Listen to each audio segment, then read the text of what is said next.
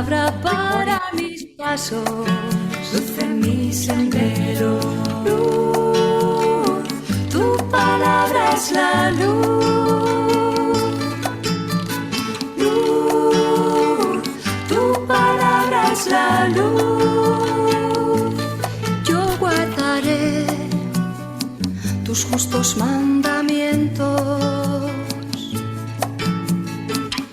Señor, dame vida según tu promesa. Buenas tardes, queridos hermanos, hermanas oyentes de Radio Anglicana, la radio de la Iglesia.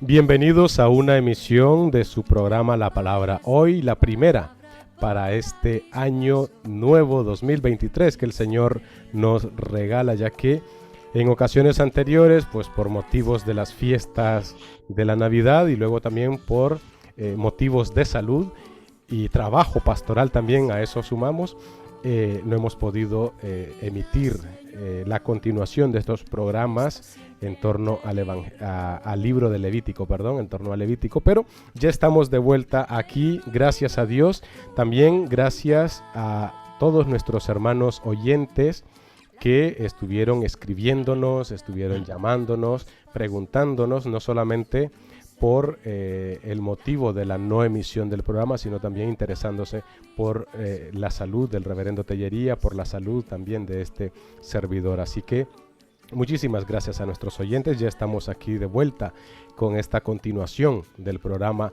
La Palabra Hoy. Nuestro hermano Juan Mari, ¿qué tal? ¿Cómo estamos? Al 100, Juan Mari. Hola, muy buenas tardes, noches, querido reverendo Noel y queridos amigos de Radio Anglicana, equipo y bueno, y por supuesto todos nuestros radio oyentes que están esparcidos por todo el mundo. Feliz año nuevo, realmente, feliz año nuevo y de corazón. Y como nos ha dicho ahora mismo el reverendo Noel, pues gracias a Dios, superados todos estos inconvenientes que hemos tenido, iniciamos efectivamente el año con ilusión, con alegría y con el deseo de transmitir la palabra del Señor. Hoy en nuestro programa vamos a continuar con las reflexiones en torno al libro del Levítico. Este sería nuestro cuarto programa referente al libro del Levítico. El tema que hoy vamos a tratar es el Levítico, un escrito que proclama la santidad de Dios. Y vamos a tener como referencia los capítulos del 11 al 15 del libro de Levítico y los capítulos del 17 al 26 para todos los hermanos que están pues siguiendo nuestro programa. También les recordamos que a partir de cuando finalice el programa tendremos en nuestro canal de YouTube de Radio Anglicana, ahí tendremos la grabación de este programa para que puedan también repasar los 4 programas anteriores. Antes de entrar de lleno en nuestro programa, pues pedimos al reverendo Tellería, como siempre, que pueda introducirnos a este espacio con un breve momento de oración. Adelante, reverendo. Te damos las gracias, Señor, porque para nosotros es un enorme privilegio volver a retomar estos programas, Padre, en los que queremos, por encima de todas las cosas, difundir el mensaje de tu palabra, el mensaje de la redención, con todos los detalles con los cuales éste se ha ido mostrando a lo largo de los tiempos en los que la Biblia fue escrita. Lo hacemos realmente con un espíritu de agradecimiento, con un espíritu de gratitud y con un deseo sincero de que por encima de todas las cosas tu nombre sea alabado. Y también en este comienzo de año, Señor, seguimos pidiéndote por todas aquellas personas que a lo largo de este mundo están sufriendo situaciones que no son justas, situaciones que no tienen explicación ninguna con la lógica humana, pero que sin embargo, Señor, remitimos a ti y las ponemos en tus manos para que tú las auxilies, las ayudes y las dirijas en sus vidas. Y te damos las gracias por escuchar nuestras oraciones en el nombre del Padre, del Hijo y del Espíritu Santo. Amén. Amén. Amén.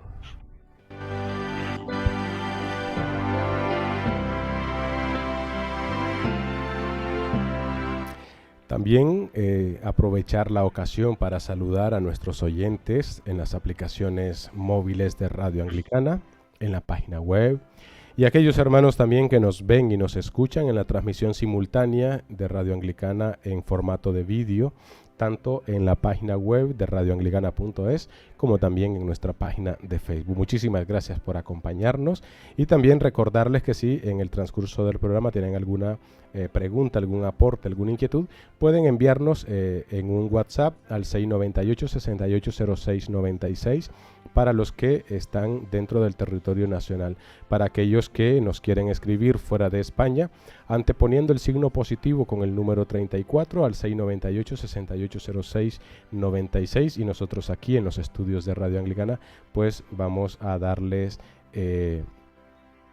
voz a sus comentarios, a sus inquietudes, a sus preguntas, y de esa manera también enriquecemos y todos hacemos juntos el programa. Bueno, un escrito que proclama la santidad de Dios es el tema que hoy nos ocupa. Juan Mari, ¿en qué sentido podríamos decir que el Levítico es uno de los escritos bíblicos que más insisten en la santidad de Dios? Muy bien formulada la pregunta, Noel, porque en realidad la idea de la santidad de Dios es algo que recorre toda la Biblia. No podemos decir, muy bien dices, ¿no?, que sea solo un libro de la Biblia quien hable de la santidad de Dios. No. Toda la Biblia, desde el Génesis hasta el Apocalipsis, Antiguo y Nuevo Testamento, se hace eco de la idea de la santidad de Dios. Pero, como muy bien has formulado en la pregunta, de todos los libros del Antiguo Testamento, es precisamente el libro del Levítico, juntamente con el libro de un profeta, el libro de Ezequiel, el escrito que transmite de manera, vamos a decir, más constante, más insistente, incluso la idea de que el Dios de Israel es esencialmente santo y que así ha de ser considerado por el pueblo, por su pueblo, en este caso por el pueblo de Israel, y así debe ser, por lo tanto, adorado, ¿no? De la misma forma que, como decimos, otros libros de la Santa Biblia inciden en la idea de que Dios tiene distintas características que lo hacen digno de la adoración de su pueblo. El libro del Levítico, y como decimos también el libro del profeta Ezequiel, hacen hincapié en la santidad divina como un rasgo, vamos a decir así, una característica esencial de Dios. De la misma forma que se dice que Dios es todopoderoso, omnipotente, que Dios es bueno, que Dios es justo, que Dios es misericordioso. Bueno, pues el libro del Levítico y, como decimos también, el profeta Ezequiel, el libro del profeta Ezequiel, insisten por encima de todo en que Dios, el Dios de Israel, Yahvé o Jehová, es un Dios santo. Fijémonos hasta qué punto esta idea es común a ambos escritos, a Levítico y Ezequiel, que los capítulos 17 al 26 del libro del Levítico, que están redactados, según dicen los especialistas, en la época de la cautividad babilónica, pues a lo mejor serían obra del propio profeta Ezequiel, dicen algunos, ¿no? Esa parte del Levítico podría haber sido de la pluma del sacerdote y profeta Ezequiel. Lo cierto es que esos capítulos 17 al 26 del Levítico insisten tanto en la santidad de Dios que los especialistas les dan un título específico. Dicen que eso es un documento que recibe como nombre la ley de santidad. Hasta tal punto el libro del Levítico, como Ezequiel, incide en esta idea fundamental. Es muy interesante, Juan Mari, esta ley de la santidad, como también se le suele llamar, ¿no?, de Dios. Incluso lo tenemos nosotros tan asimilado en nuestra liturgia, de que incluso en una parte de ella se canta el santo, ¿vale?, o se recita o se reza el santo. Escuchamos muchas alabanzas que hablan de santo Dios, santo poderoso, el agius, agius, agius que decían en griego, ¿no? Pues, y yo creo que hasta cierto punto desconocemos la magnitud de lo que decimos cuando hablamos de el 3 veces santo.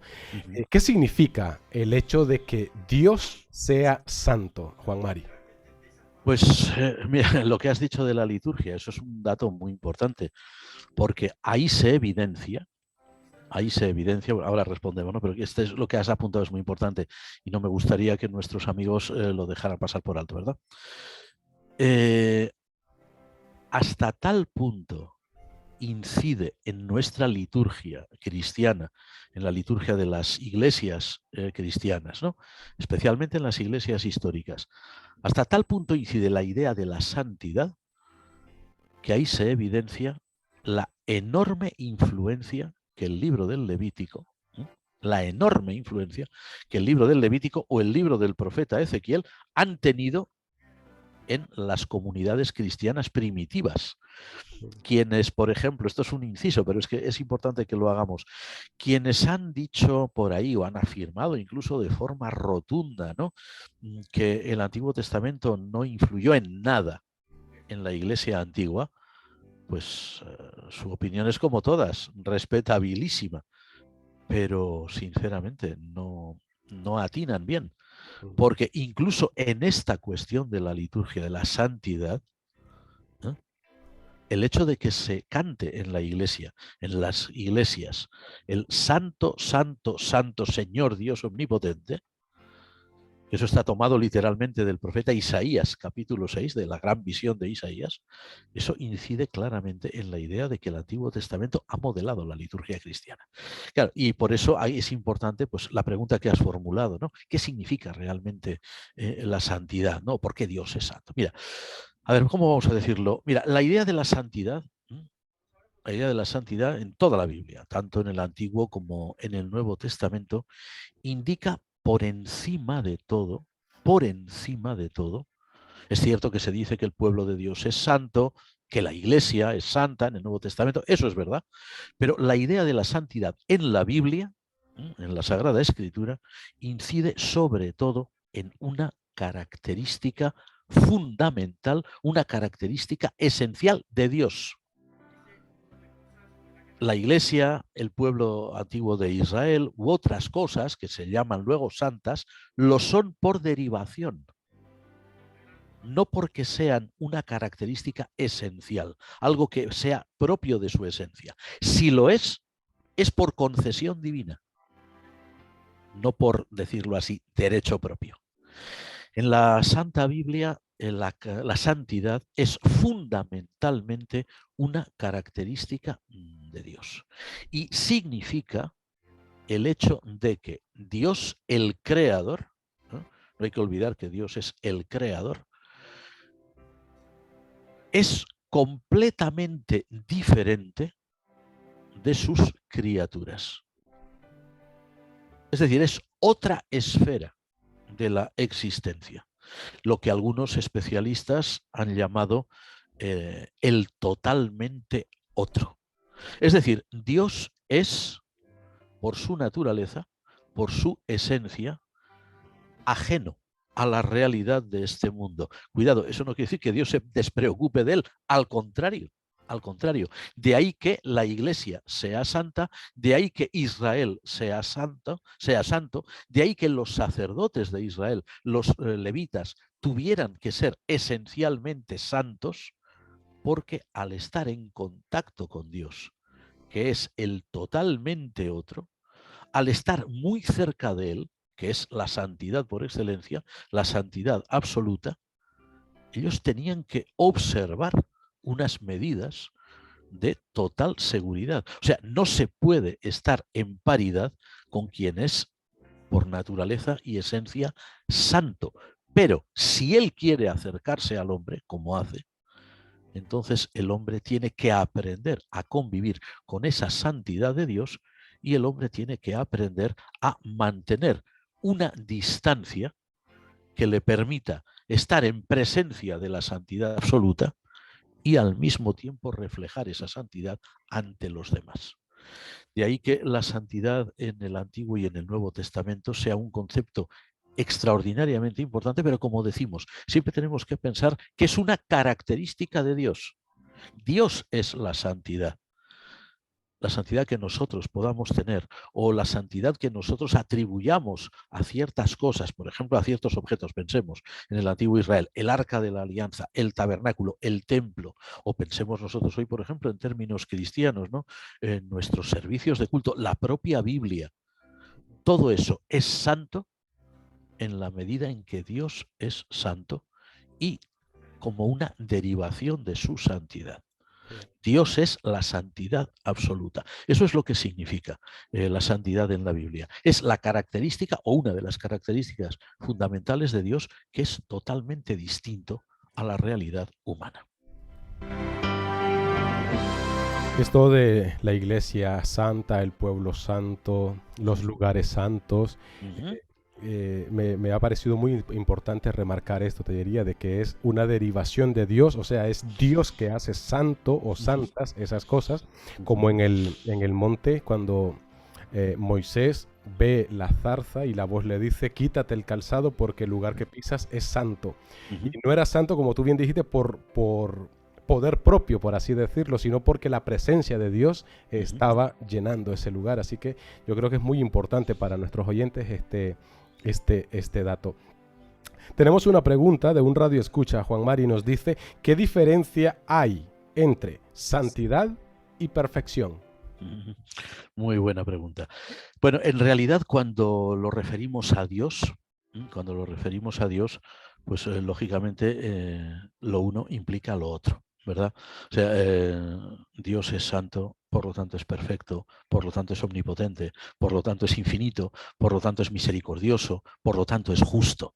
Todo eso va unido en la persona de Dios. Ahora, en el ser humano, la santidad, como hemos dicho, por ejemplo, la santidad del antiguo pueblo de Israel, la santidad de la Iglesia. En el ser humano, la santidad no conlleva forzosamente la perfección, de hecho no puede conllevarla, porque en tanto que seres humanos somos siempre imperfectos.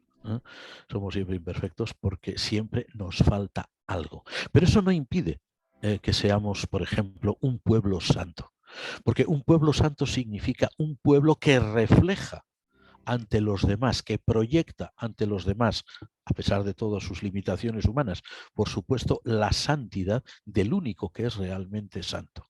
De hecho, y me alegro mucho de que nos formulen esta pregunta, porque realmente tiene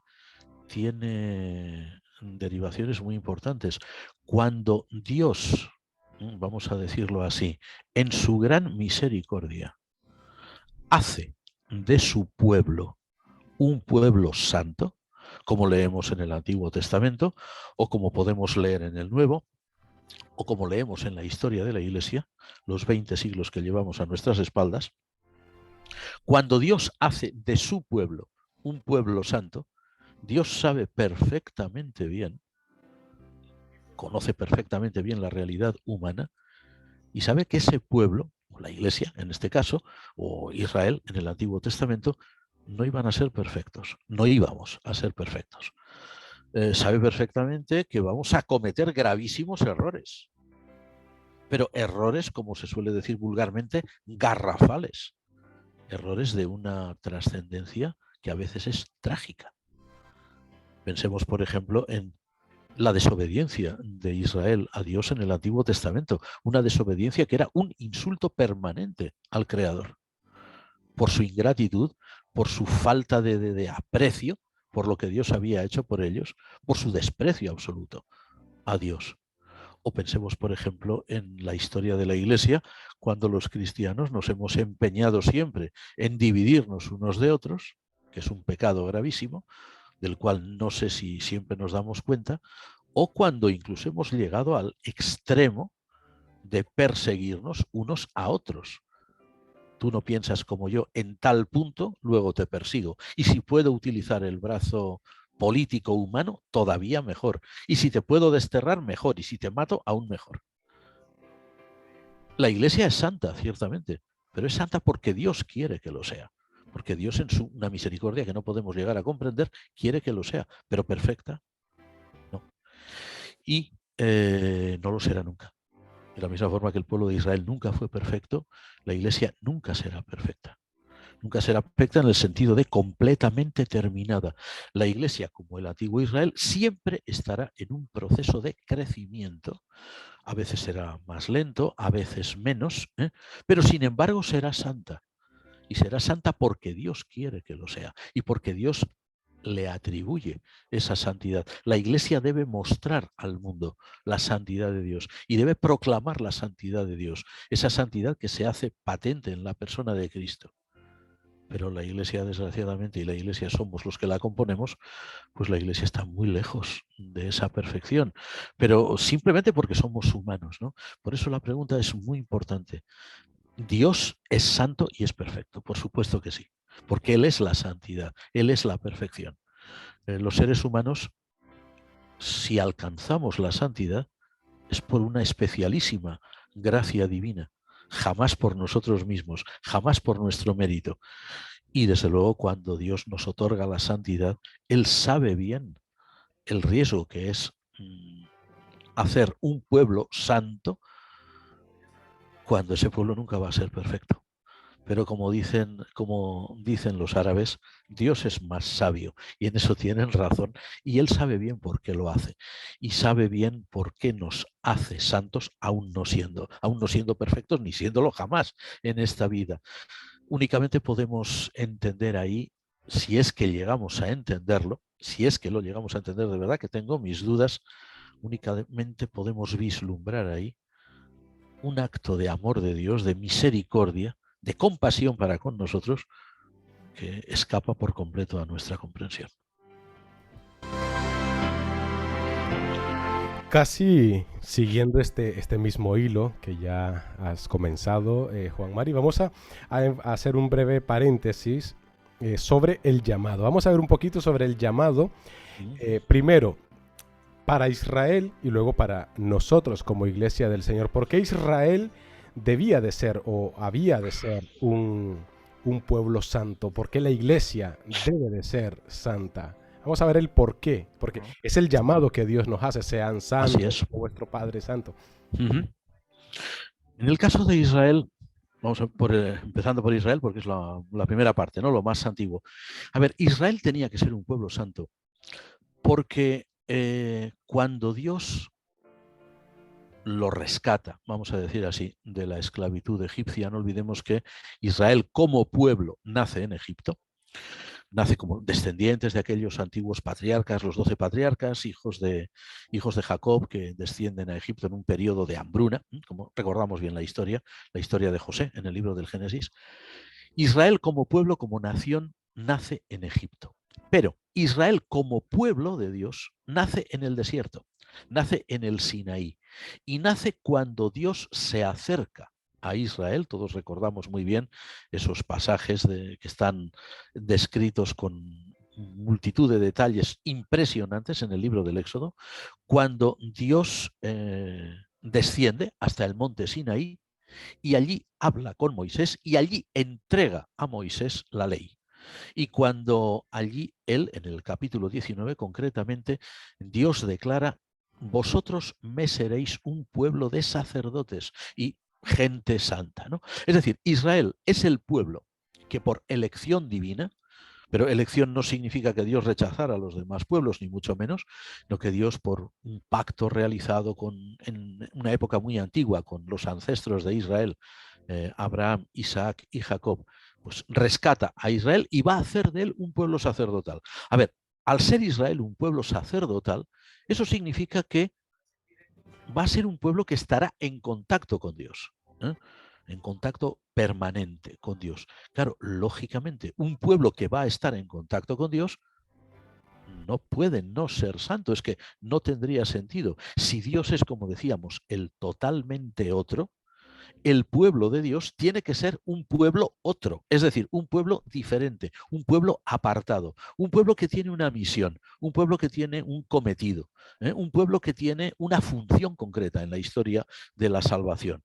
Por decirlo de otra forma, un Dios que es santo exige forzosamente que su pueblo sea santo, es decir, apartado, dedicado a él, dedicado al servicio de él, es decir, para proyectar la santidad de Dios a las demás naciones. Como hemos dicho, esto no quiere decir que Israel se tuviera que alejar de los demás o, como a veces hay quienes han entendido, ¿no?, o romper todo contacto con los demás. No, no, al contrario. Israel tenía que estar en contacto permanente con otros, pero ese contacto tenía que servir para que los otros aprendieran que Dios es uno, no una multitud de dioses como adoraban en la antigüedad, que Dios es solamente uno y que es un Dios santo. Y que es un Dios que quiere la redención del género humano y que la iba a realizar a través de Israel. Hay quien dice que no se logró. Yo creo que sí se logró, porque el Mesías era israelita. O sea que Dios sí que cumplió su propósito salvífico a través de Israel. ¿Qué ocurre, por ejemplo, ya en el Nuevo Testamento? Ahora ya la segunda parte, ¿no?, que es la Iglesia. Bien, Dios lleva a cabo su plan salvífico para con el género humano. Lo hace efectivamente a partir de Israel. El mismo Jesús lo dirá bien claro a la mujer samaritana. La salvación viene de los judíos. Eso está claro, ¿no? Bueno, quiere decir, la salvación viene de Dios, pero es el pueblo judío el que iba a ser el vehículo de esa salvación. Y entonces, a partir de ahí, aunque el pueblo de Israel en su conjunto fracasara porque no comprendiera bien su misión, el Mesías, que es judío, y sus apóstoles, que son judíos, por lo tanto son también israelitas, van a proclamar esa salvación que Dios ya ha cumplido en la persona de su Hijo Jesucristo, una salvación, una redención que se extiende a todas las naciones. Lo que el antiguo Israel no llegó a comprender bien, algunos sí. Algunos sí. Ahí tenemos, por ejemplo, oráculos del profeta Isaías, oráculos del profeta Miqueas, donde es evidente, el libro de Jonás, que la salvación no solamente es para los judíos, se puede extender a todas las naciones, ¿verdad? De hecho, en el libro de Isaías hay unos oráculos extraordinarios donde se habla claramente de cómo Dios llama pueblo suyo a enemigos de Israel, como eran los egipcios o como eran los asirios en aquel momento, ¿no? Dios no tiene limitaciones ni tiene fronteras. Cuando Jesús, a través del ministerio de sus apóstoles, va a fundar la Iglesia, que es el nuevo Israel de Dios, porque ahora ya no solo son judíos, ahora son judíos y gentiles. Todo el mundo tiene cabida en la Iglesia de Dios. A partir de ahí es la Iglesia, el pueblo que ha de ser santo, porque ha de reflejar esa santidad de Dios y porque ha de, además, instruir a las naciones acerca del Mesías que ya ha venido, ¿no? Entonces, el llamado de Dios, el llamado de Dios a Israel es un llamamiento que no puede exigir menos que la santidad. Israel debe apartarse para Dios, debe reflejar la santidad de Dios ante los demás. Y en el caso de la Iglesia es lo mismo. La Iglesia está llamada por Dios, está instituida por Cristo, con el fundamento de los 12 apóstoles, siendo Cristo la piedra angular, el fundamento principal. Y esa Iglesia que hoy somos nosotros, esa Iglesia tiene que mostrar la santidad de Dios a todo el género humano. El Evangelio ha de llenar la tierra. El mensaje de Cristo ha de alcanzar a todos los pueblos. Eso solamente lo puede hacer un pueblo santo, aunque no sea perfecto, como decíamos antes. Pero ese pueblo tiene que ser un pueblo santo, un pueblo apartado para Dios, un pueblo sacerdotal, un pueblo que interceda por los demás. Sacerdotal no solamente significa que instruya, sino también un pueblo que ore constantemente por el resto, un pueblo que interceda por el resto. Lo que Israel no supo hacer o no llegó a entender, hoy la Iglesia tiene que cumplirlo. Y la Iglesia lo está cumpliendo, de hecho, porque el diálogo con, no solamente ya entre cristianos, ¿no?, sino el diálogo con otras religiones, con todas las religiones del mundo, es un diálogo fructífero en el que la Iglesia da testimonio de ese interés por interceder por todas las naciones. Ahí está la santidad de Dios.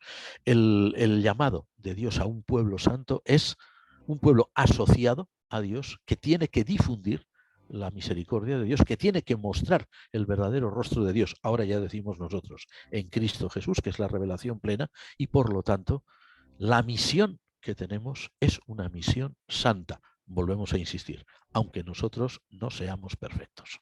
Santos sí, porque Dios así lo quiere. Perfectos ya sabemos que no.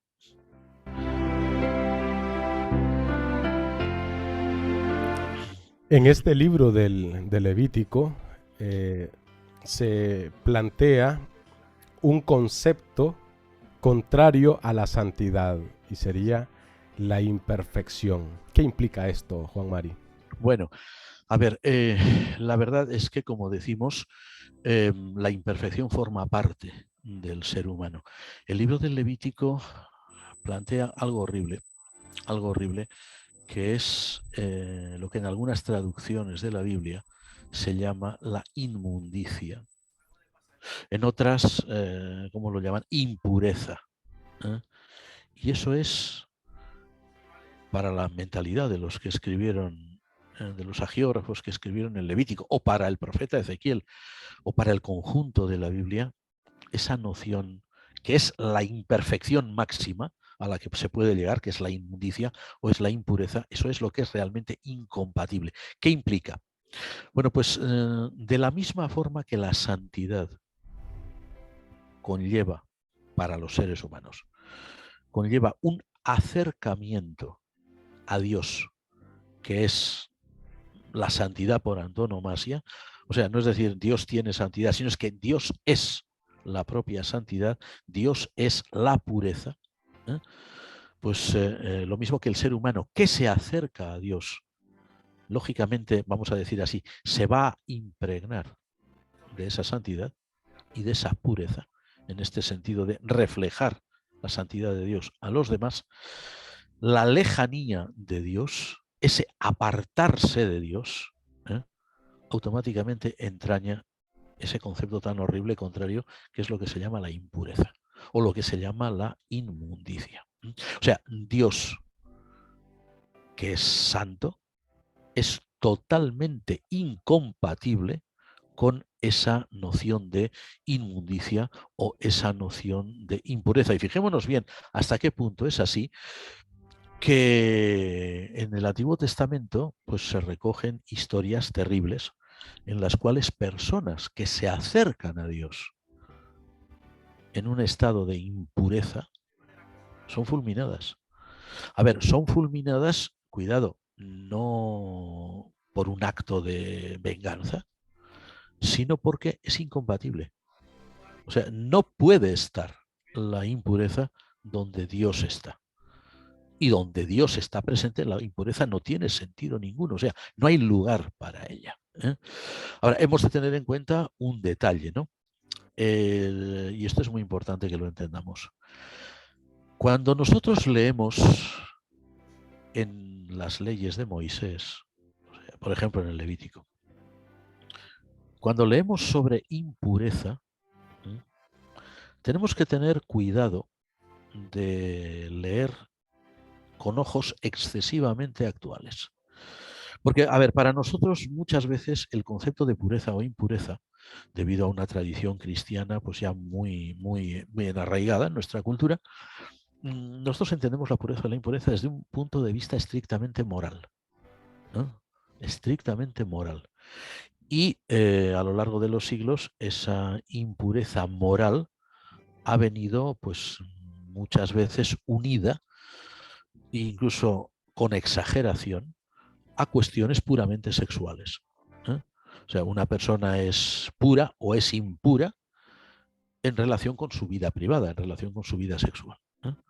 Bien, ese concepto no está exactamente así en la Biblia. Hay que decirlo de forma clara. Las leyes levíticas, del libro del Levítico, que están hablando de pureza o impureza y que lo presentan como lo contrario a la santidad de Dios, tienen un concepto más bien ritual, ceremonial, no exactamente moral. Y ello se ve claramente en estos capítulos donde se mencionan, por ejemplo, enfermedades o donde se mencionan alimentos considerados impuros, en el libro del Levítico y en algún otro. No se está hablando del comportamiento ético humano. El comportamiento ético humano viene regido también por otro tipo de normativas, pero no tiene tanto que ver con la idea de la santidad o la pureza como nosotros tenderíamos a entender.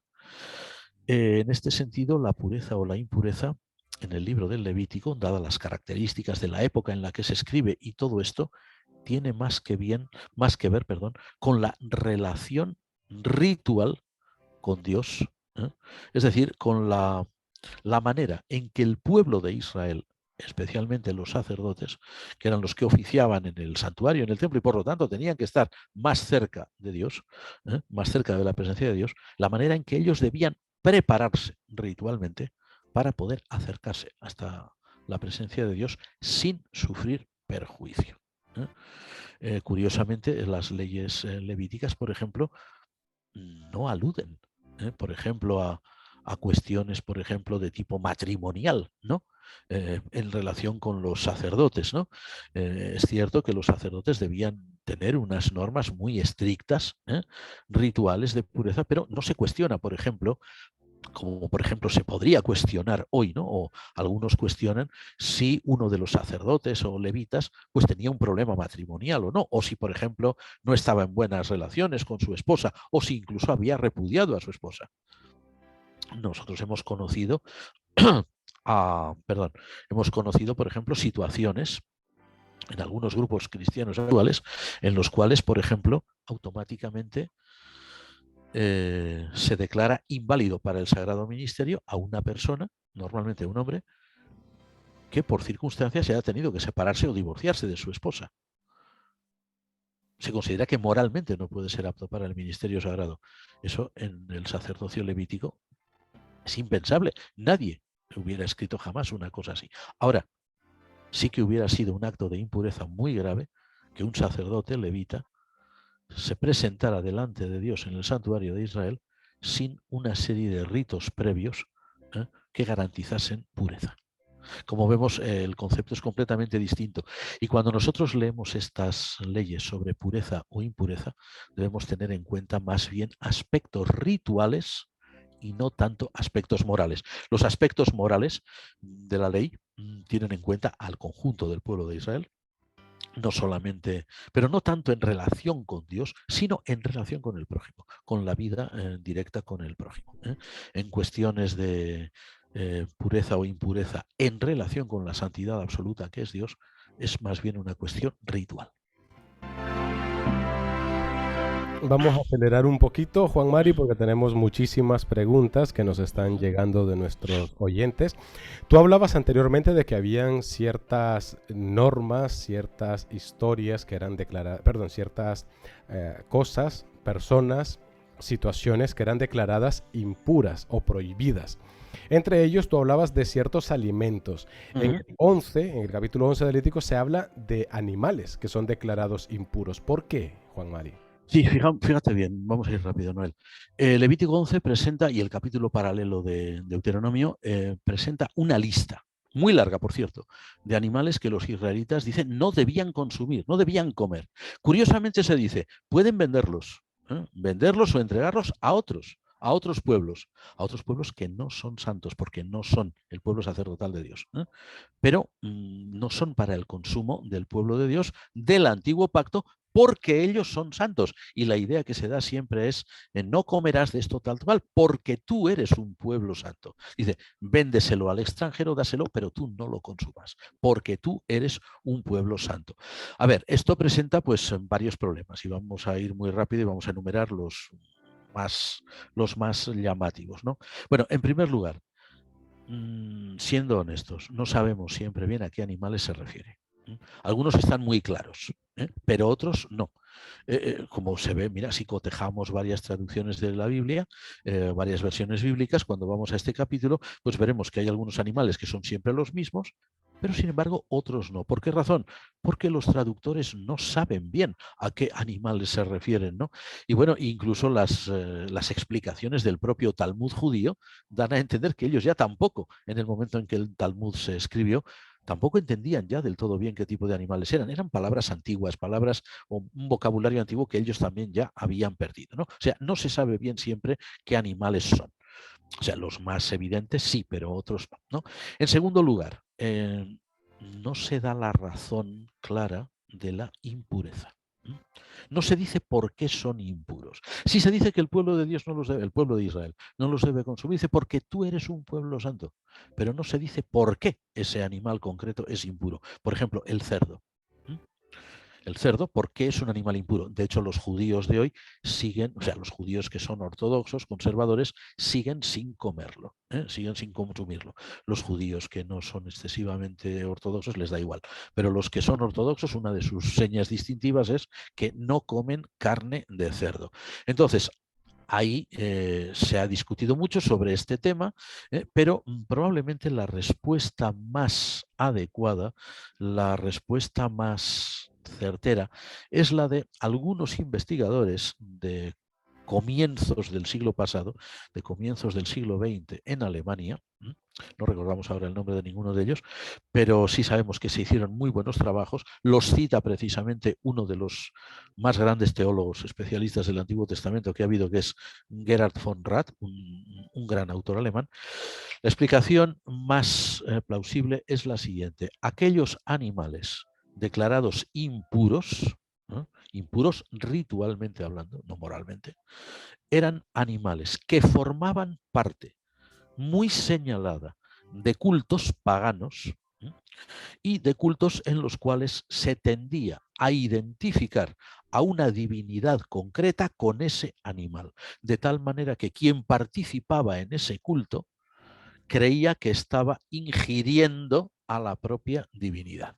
Sabemos, por ejemplo, que el cerdo, que es un animal de los, por cierto, de los que primeramente se domesticaron para el consumo humano, estamos hablando ya del Neolítico, ¿no?, del año 10.000 antes de Cristo, una cosa así. El cerdo es uno de los primeros, juntamente con el perro, la vaca, la oveja y el caballo, ¿no?, y la cabra. Bueno, pues el cerdo era un animal que tenía tanta importancia en los sacrificios de la ciudad de Babilonia que a los judíos que fueron cautivos allí les debía repugnar ese animal, porque veían que eso formaba parte de un culto para ellos abominable realmente, un culto a unas divinidades que no eran el Dios verdadero. Por lo tanto, bueno, este y otros también que se declaran inmundos. Es decir, cuando nosotros hoy leemos estas leyes, entendemos perfectamente que las leyes de Moisés considerasen impuros estos alimentos porque estaban vinculados con cultos paganos, de forma muy especial, de una forma que para los judíos resultaba ofensiva. Es decir, no se refiere ni a cuestiones supersticiosas, como alguno ha dicho, o si algunos dicen que podrían ser leyes sanitarias, ese concepto no, ni siquiera existía en la antigüedad. Era una cuestión simplemente ritual. Eran animales impuros porque formaban parte de ritos que los judíos, bueno, jamás un judío fiel hubiera participado en un rito así. Y la razón, ya lo dice bien claro, porque tú eres un pueblo santo. Ahora, como decíamos, curiosamente, en la misma ley levítica dice, sí, pero dáselo al extranjero. O sea, que no es si fuera una cuestión sanitaria, eso sería pues una canallada. Es decir, no lo comas tú porque enfermarás, dáselo al otro que se ponga enfermo él. Eso no tendría sentido, ¿no?, lógicamente. Pero decir, tú eres un pueblo santo, estos animales son impuros por el trasfondo que tienen cultural, dáselo a ellos, que son los que los utilizan. No lo comas tú porque eres un pueblo santo.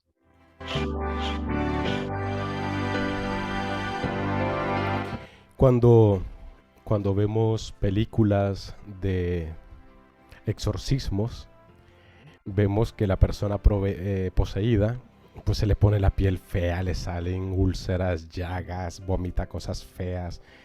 Hollywood ha hecho mucho negocio con ello, pero hay según que, no sé si de monólogo, exorcista, no sé cuál sería la profesión de un exorcista o la carrera que estudia o el extra que estudia aparte de la teología. Hay algunos de ellos que dicen de que efectivamente pues el demonio deshace o quiere jugar con la imagen de Dios y por eso se pone una imagen tan fea del poseído. Pero en aquel tiempo, una enfermedad bastante fea, por así decirlo, ¿no?, de que parece que uno se estaba pudriendo literalmente, la lepra, era considerada una enfermedad impura. ¿Por qué, Juan Mario? Bueno, en primer lugar, ahí tenemos un problema de terminología, ¿verdad? Normalmente todas las versiones de la Biblia lo traducen lepra, dicen la lepra, y es verdad, ¿no?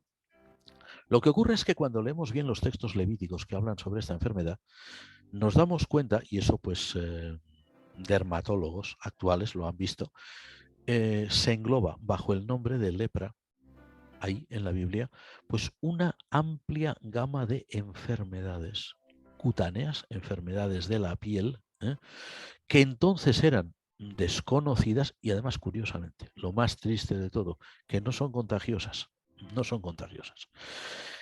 Es muy evidente que la impureza de la lepra para aquellas personas antiguas estribaba en el hecho de que cuando la persona contraía ese tipo o alguno de estos tipos de enfermedad cutánea y, por ejemplo, empezaba a ostentar manchas, por ejemplo, manchas en el rostro, en la cabeza, o incluso pérdida del cabello y redondeles ahí, pues, pues de un color diferente, ¿verdad? O a lo largo de todo su cuerpo. Es curioso, ¿no?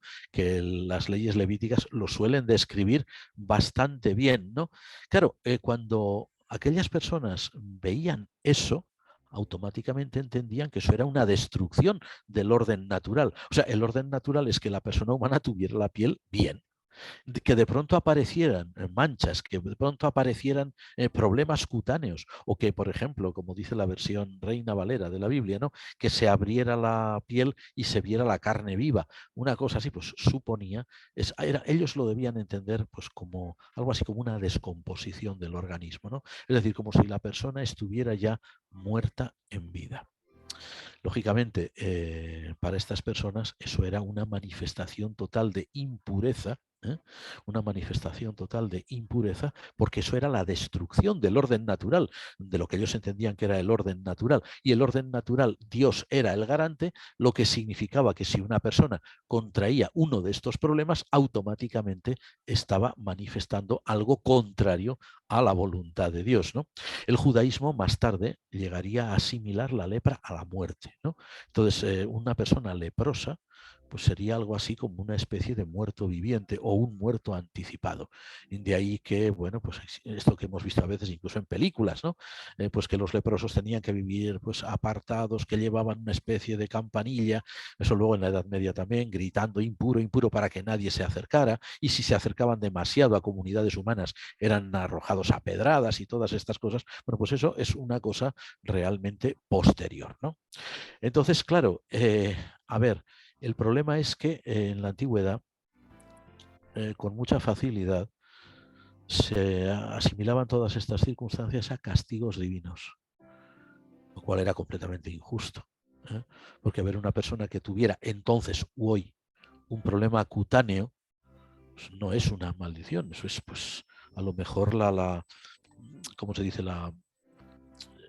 La evidencia de que hay algún tipo de virus, algún tipo de bacteria que está trabajando ahí. Pensemos que en la época en que se escribe la Biblia, el libro del Levítico y el resto de los textos, nadie sabía nada de virus, nadie sabía nada de bacterias, que eran conceptos completamente desconocidos.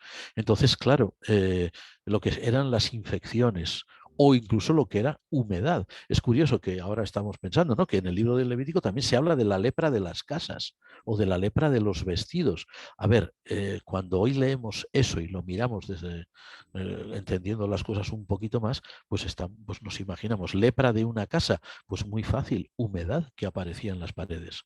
O lepra de los vestidos, humedad, moho, cualquier tipo de este tipo de situaciones que a veces se dan. Pero claro, es que en aquella época no tenían una explicación para esto y enseguida veían, pues lógicamente, impureza ritual y, por supuesto, más tarde también rápidamente castigos divinos, ¿no? Es en este sentido que la lepra tiene esta mala imagen. Ahora, tenemos también en la Biblia la contrapartida, ¿no? La contrapartida que es en los Evangelios, nuestro Señor Jesucristo, que limpia, cura a estas personas e incluso hace algo. Y como creo que hemos apuntado en algún programa anterior, debía ser escandaloso. Jesús incluso toca a estas personas, les pone las manos encima. Ningún judío en su sano juicio hubiera hecho eso, porque automáticamente hubiera contraído la impureza ritual él. Es evidente que a Jesús estas cosas le importaban muy poco. A Jesús lo que le importaba era la persona, lo que importaba era la restauración, la rehabilitación de la persona, y Jesús no tuvo ningún empacho en poner las manos en personas leprosas y decirle, cúrate. Si los demás se escandalizaban, pues que se escandalizasen. A nuestro Señor eso le importaba muy, muy poco. Es decir, que la impureza de la lepra viene de todo este desconocimiento que tenían en la antigüedad sobre las realidades del mundo de la medicina de hoy o de la biología. No sabían nada, como decimos, de la existencia de seres microscópicos.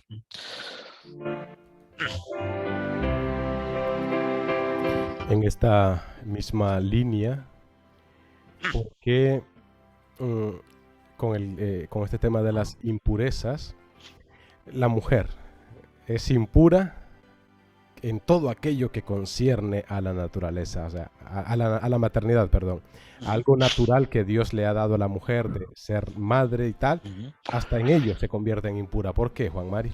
Sí, mira, Noel, como sabéis muy bien, hasta tal punto es así que aún todavía hoy, los judíos más tradicionales, una mujer judía nunca dará la mano a nadie. O la costumbre que tenemos en Occidente, o que hemos tenido hasta la pandemia, de saludarnos estrechándonos la mano, una mujer judía no lo hará nunca. Y un hombre judío jamás estrechará la mano de una mujer, aunque se la presenten. Hará una inclinación de cabeza, dirá cualquier cosa, pero darle la mano jamás.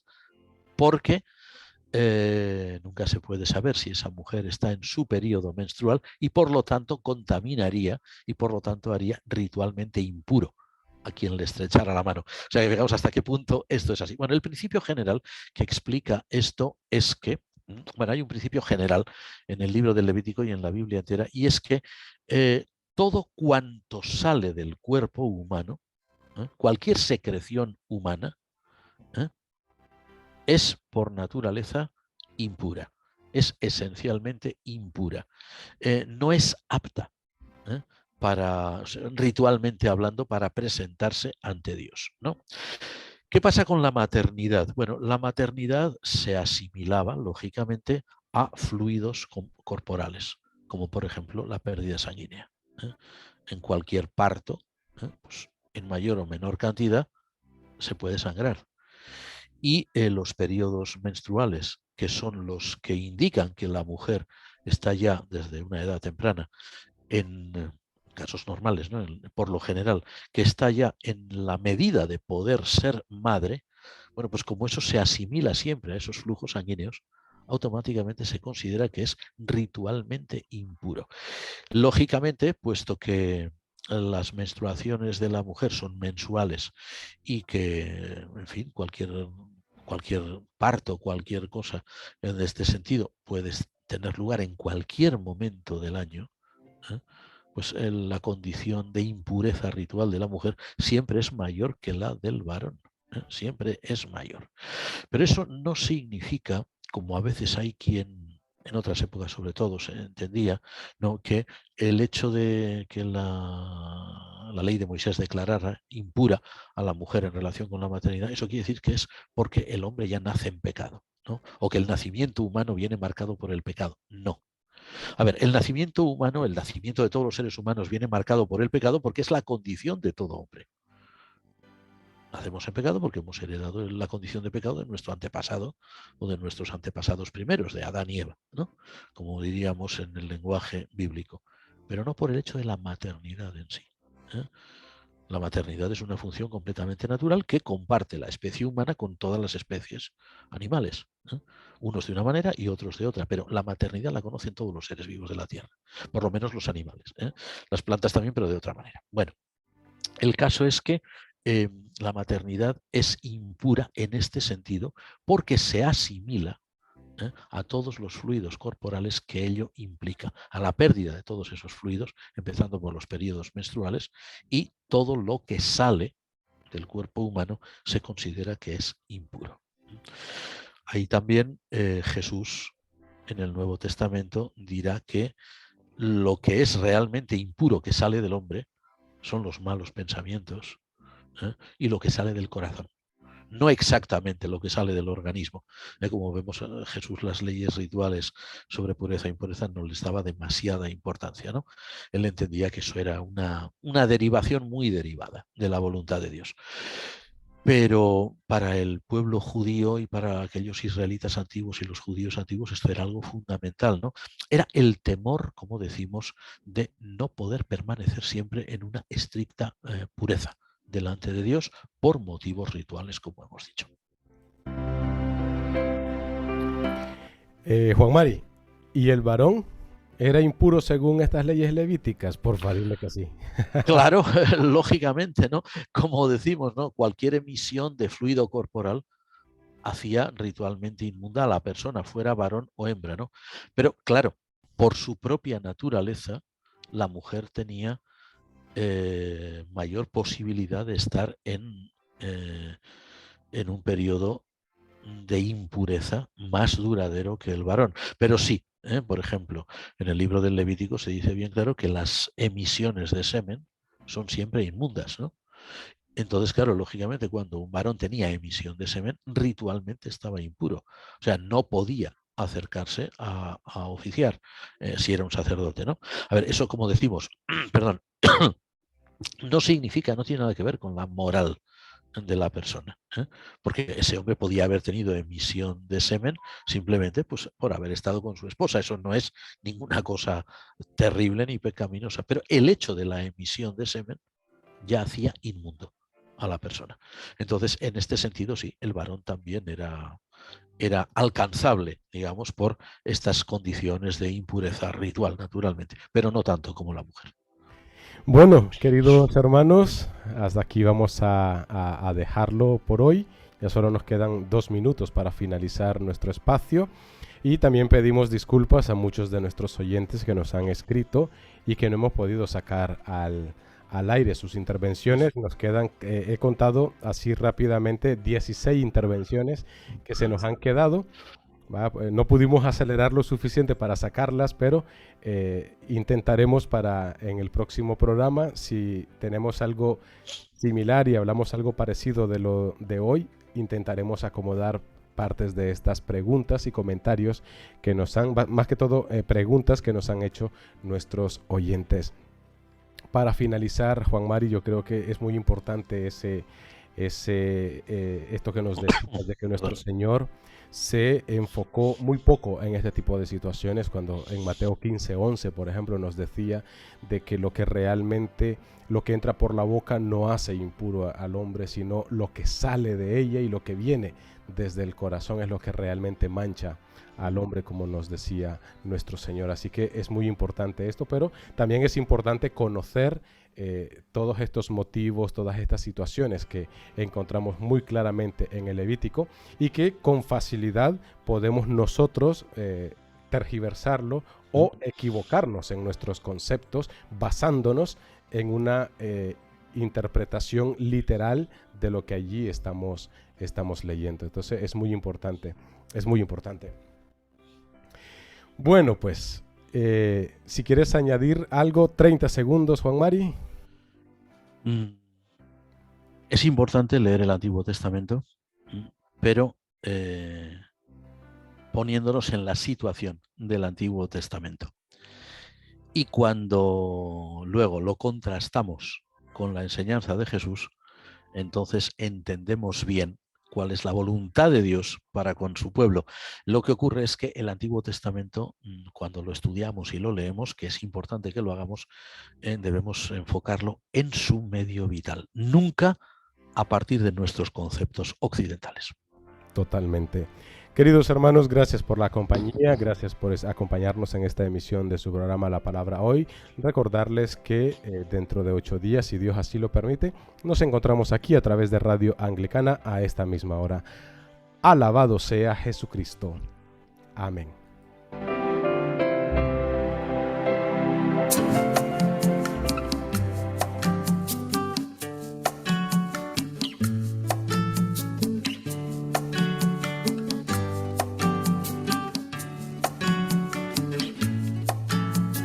Lámpara es tu palabra para mis pasos, luz en mi sendero. Lámpara es tu palabra para mis pasos, luz en mi sendero. Firmes adelante, pues desde la fe. Usted está en sintonía de Radio Anglicana, transmitiendo vía internet en www.radioanglicana.es. También puede escucharnos en su dispositivo móvil, descargando nuestra aplicación para Android e iOS. Radio Anglicana, la voz de la Iglesia.